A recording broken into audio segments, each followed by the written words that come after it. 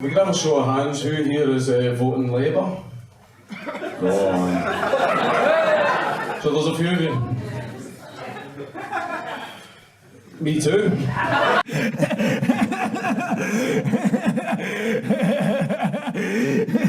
There was an awful lot of you that didn't put your hands up, but hopefully by the end of the night I will have changed your mind. The economy right now is broken, and communism would fix that because something cannot be broken if it doesn't exist. Well, I absolutely busted my arse all the way through university, and when I finally graduated with my degree in gender studies, we can end the demonisation of races by making everyone aware that white people are the problem. But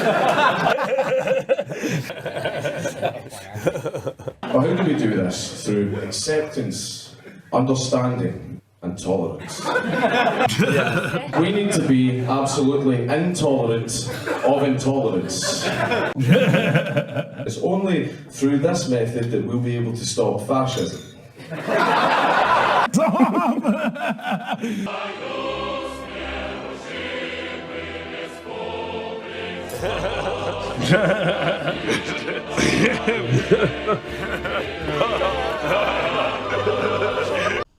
What's going on, everyone? Jeremy here from The Quartering, and it's not really uncommon these days to have a formerly funny, edgy comedian pull up the ladder behind them and clutch pearls. Guys like Seth Rogen, Sacha Baron Cohen are just a few that come to mind. I'm trying to think of this other one in the UK. Why can't I think of his name? But how about that loser from Australia that came over here to host? He used to be funny. Why can't I think of his name exactly? Oh, he had that show. Jim Jeffries. He used to be funny too. Then he turned into this like pearl clutching loser because that's apparently the only way that you can get in with the Hollywood types. Seth Rogen is largely irrelevant now. It clearly bothers him. His career basically has existed on one joke, weed bruh, and it was funny. You know, in 2007, 15 years ago, it was funny. Movies like Pineapple Express, Superbad, Zack and Miri, Knocked Up. These were mildly funny films. Some of them even really funny.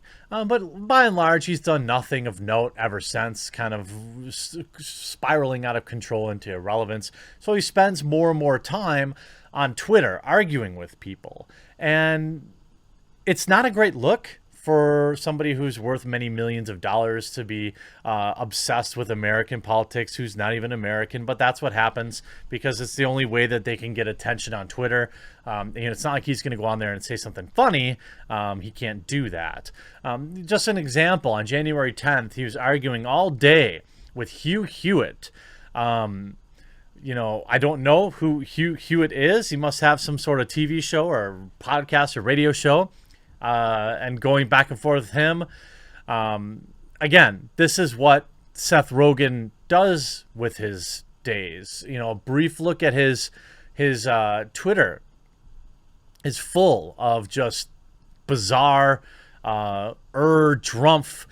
It's nothing but American politics. That's all he's tweeting about. Retweeting AOC.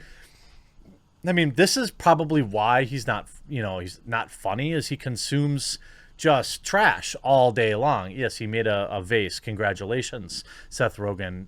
Worshipped still by a bunch of brainless idiots. But I thought it was interesting when he got into a bit of a conversation yesterday with a close friend of mine. You may know him as Count Dankula, and it ended very poorly for Seth Rogen, who took the conversation to the DMs as to not get embarrassed publicly. But guess what? I'm going to fulfill that dream because screw Seth Rogen and his Hollywood elitism. So you see this tweet, basically, who the F would want to unite with fascists? To which Count Dankula replied, no one. Good thing that's not what's being asked, but you knew that. this is all in regards to a previous tweet about, bringing the country together and uniting. And again, this is the kind of extreme rhetoric of the left that really pushes for divisiveness. Now, I'm not saying that it doesn't exist on the right. I'm saying that it's not amplified by Twitter in the same way. It's not amplified by Hollywood brainless idiots like it is. So certainly there are people on the right who say terrible things, and there are people on the left that say terrible things. Only one of them makes them famous. And he's talking about how essentially Trump wanted to, I think it's from this, really, saying that, look, Trump is, called for coming together. He's leaving the White House. Here, the president-elect still has the opportunity to begin his administration with an appeal based on Lincoln's first inauguration. We are not enemies, but friends. We must not be enemies. This is, again, here Rubio saying Biden has a historic opportunity to unify America behind the sentiment that our political divisions have gone too far. But instead, he decided to promote the left's rhetoric to use the terrible national tragedy to try and crush conservatives or anyone not anti-Trump enough. Hewitt shared that through. And then you see Seth Rogen. We've already established that your words are meaningless and that you have no set of morals that you constantly abide by. And therefore, you should probably just shut up, ? Again, the big-brained arguments of the left, you're a moron, F you, get effed. That's fine. Great arguments made, because this is coming from somebody who's open and understanding and wants to, begin the healing process. I, for one, strongly want people to heal. Our political divisions are far too wide. And by the way, these are things that are exacerbated by Hollywood losers like Seth Rogen and the mainstream media. These are two forces that thrive on division. The more people tune out of CNN and Fox News and just maybe read their local paper or talk to people, the better for this country and its healing process. The idea is these people, won, but aren't happy with it. And so Dankula replied essentially here saying, that's not what people want. They're not calling for people to unite with fascists. They're calling for people to unite. The problem is people on the left call everybody a fascist who disagrees with them. Not everybody, but morons like Seth Rogen. Double-digit IQ heroes like Seth Rogen.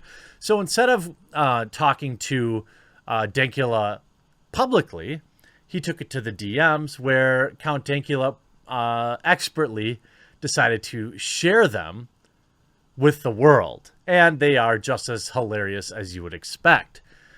I don't know if this is the very beginning of the conversation or not. Are you a Jewish person? What kind of a weird question is that? If that's how the conversation started, yikes. To Dank replies, no, I am not. Have you seen the video? So apparently, after Dankula replied to him, he must have Googled his name to find out who he was and found out about the pug video, which everybody outside of the pearl-clutching morons know was a joke. You may not have liked the joke, but it was still a joke. Then you're either someone who is not funny, has astoundingly bad judgment, or most likely both. I've seen the video, this means. You're not funny. I work in the sphere. Now that's funny. Now that's a joke, Seth Rogen.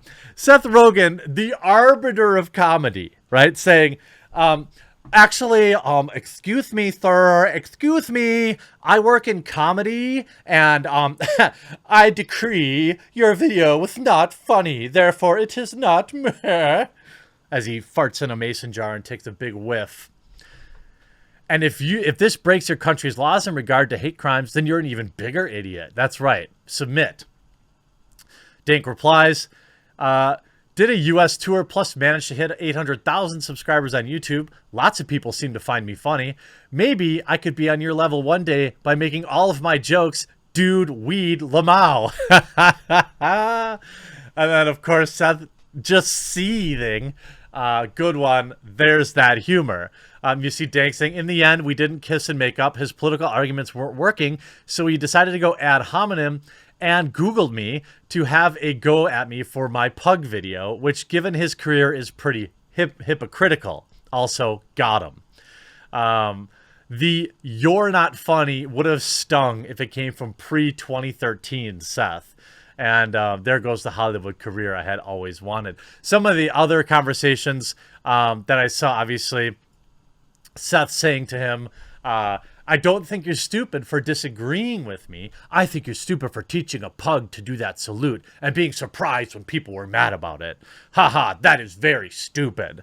So the arbiter of comedy decided to lecture Dankula about whether or not his joke was funny and if he should have made it. This is from, again, it's another classic comedian that got, famous making edgy jokes and being offensive, just like Jim Jeffries. And then the second they make it, they pull the ladder up behind themselves and they think they're the arbiter of what's funny and what's allowed to be humor. And ultimately, Seth Rogen is washed up. He is not the arbiter of comedy. In fact, I'd say that Dank easily got the better of him in that argument.